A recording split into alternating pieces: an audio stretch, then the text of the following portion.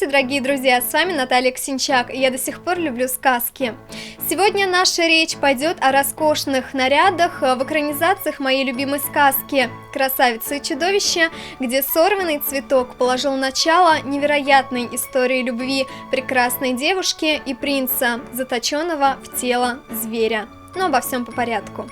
«Красавица и чудовище» – это история о том, что внешность может быть обманчивой. Не стоит бояться некрасивой внешности, поистине чудовищные, холодные и завистливые сердца. Впервые история, схожая с «Красавицей и чудовищем», попала в сборник итальянского писателя Джованни Франческо Страпароллы в 1553 году.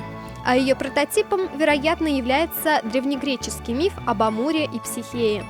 Знакомая нам сказка появилась в 1740 году. Ее автором была французская писательница Габриэль Сюзанна Барбо де Вильнёв. Ее версию значительно сократила в 1757 году педагог и писательница Жанна-Мари Лепренс де Бамон.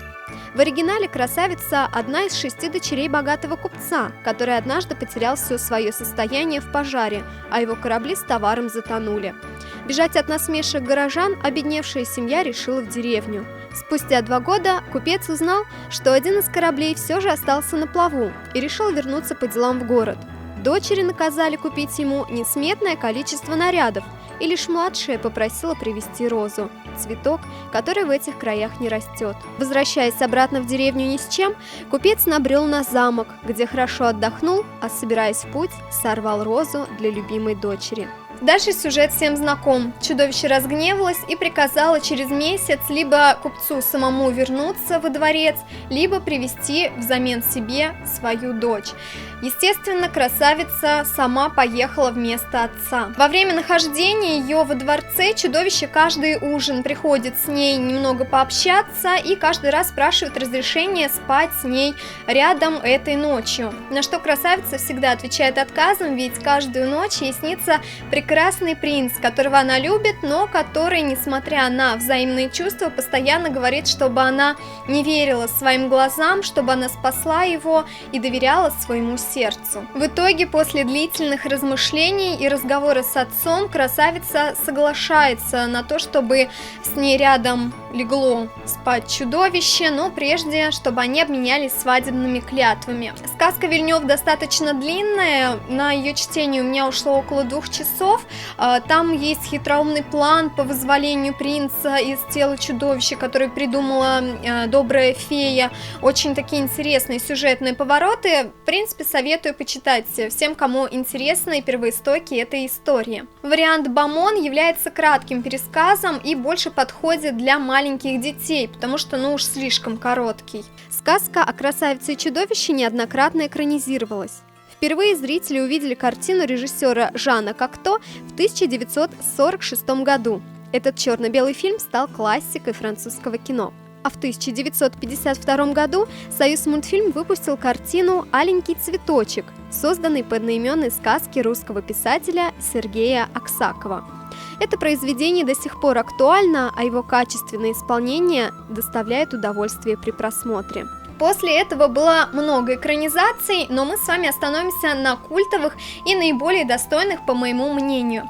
Это диснеевский мультфильм 1991 года и фильм-ремейк, который вышел на экраны в 2017 году и где главные роли сыграли Эмма Уотсон и Дэн Стивенс, а также французская кинолента 2014 года, где центральных персонажей сыграли Леа Сейду и Винсент Кассель.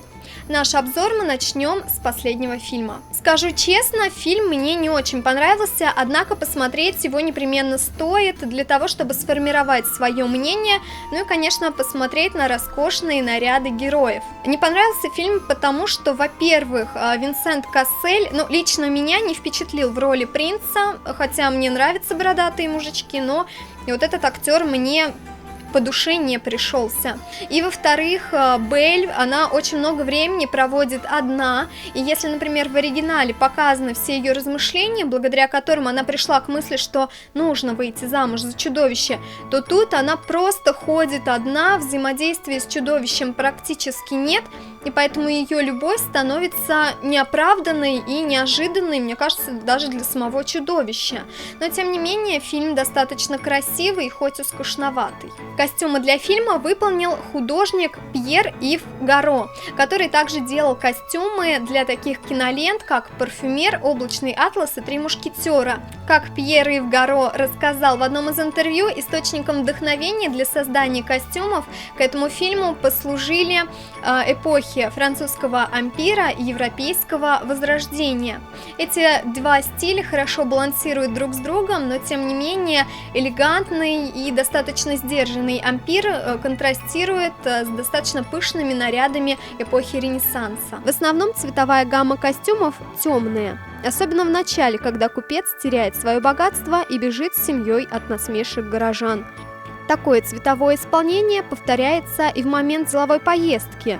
Это может указывать на бессердечие и подлость горожан, а также подчеркивает трагизм ситуации. Отрицательные персонажи в виде банды злодея Пердюкаса также одеты в темные одежды. Легкомысленность старших дочерей купца, их неумение повиноваться судьбе и нежелание расставаться с роскошной жизнью мы видим по их ярким нарядам, которые появляются в сцене отъезда из города. На них цветные платья в стиле ампир с завышенной талией, роскошные шляпы с перьями, а шеи прикрыты пышными воротничками-фрезами.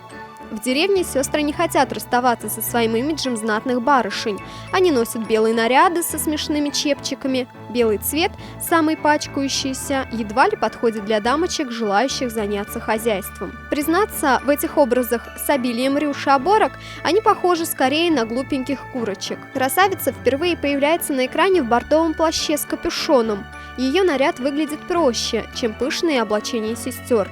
Этот цвет подчеркивает переживания героини и драматизм ситуации. Она, в отличие от сестер, прощается не с праздной жизнью, а с могилой матери. В деревне ее наряд трансформируется в простое платье коричневого цвета, на голове зеленый платок. Цветовая гамма наряда сливается с деревенским пейзажем и дает понять, как красавице нравится работать на земле. Страстный бордовый цвет сопровождает героиню во время прибытия в зачарованный замок. Теперь этот цвет символизирует чувство опасности.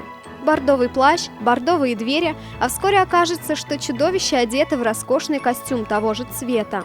Затем красавица часто будет менять наряды, и каждая роскошнее другого. Сначала чудовище предлагает надеть ей платье цвета слоновой кости. По задумке Пьера-Ива Гаро, оно одновременно напоминает смирительную рубашку и своего рода священную сорочку испанской девственницы или гейши с очень сложной вышивкой, аппликациями и огромным количеством буфов, напоминающих оригами.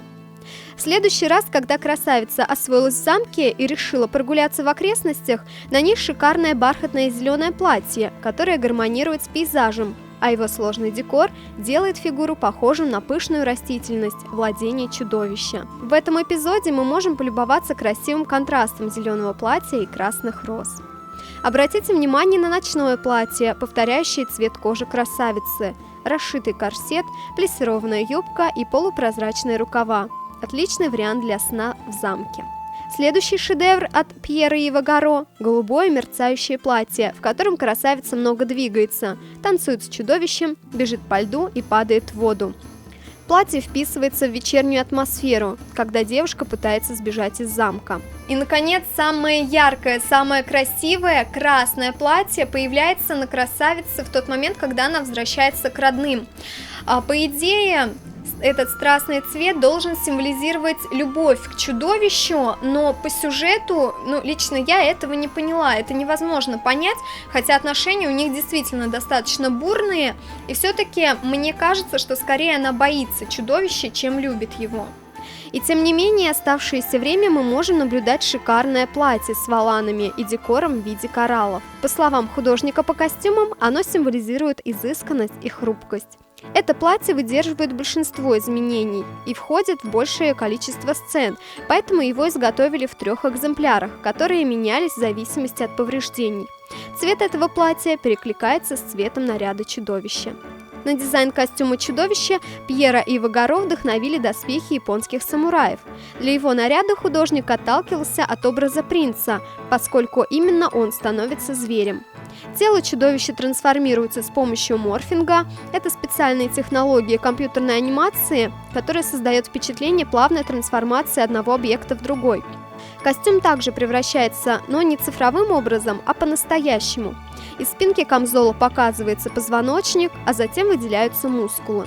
Костюм принца и чудовища обильно инкрустирован камнями, украшен вышивкой и сложными деталями. Высокий воротник в наряде принца превращается в широкий золотой элемент в образе чудовища. В сценах снов красавицы мы также можем наслаждаться шикарными нарядами, которые продюсеры фильма сначала хотели взять в прокат, чтобы отснять фрагмент с балом.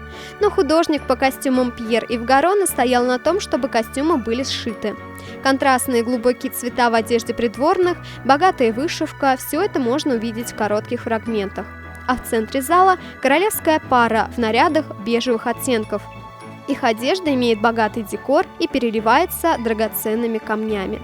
Французскую киноленту «Красавица и чудовище» 2014 года обязательно стоит посмотреть всем эстетам и любителям сказочных историй. Если вам понравился этот ролик, то обязательно ставьте к нему лайк, подписывайтесь на мой канал. Ну а в следующем ролике мы с вами разберем образы из всеми любимой диснеевской истории.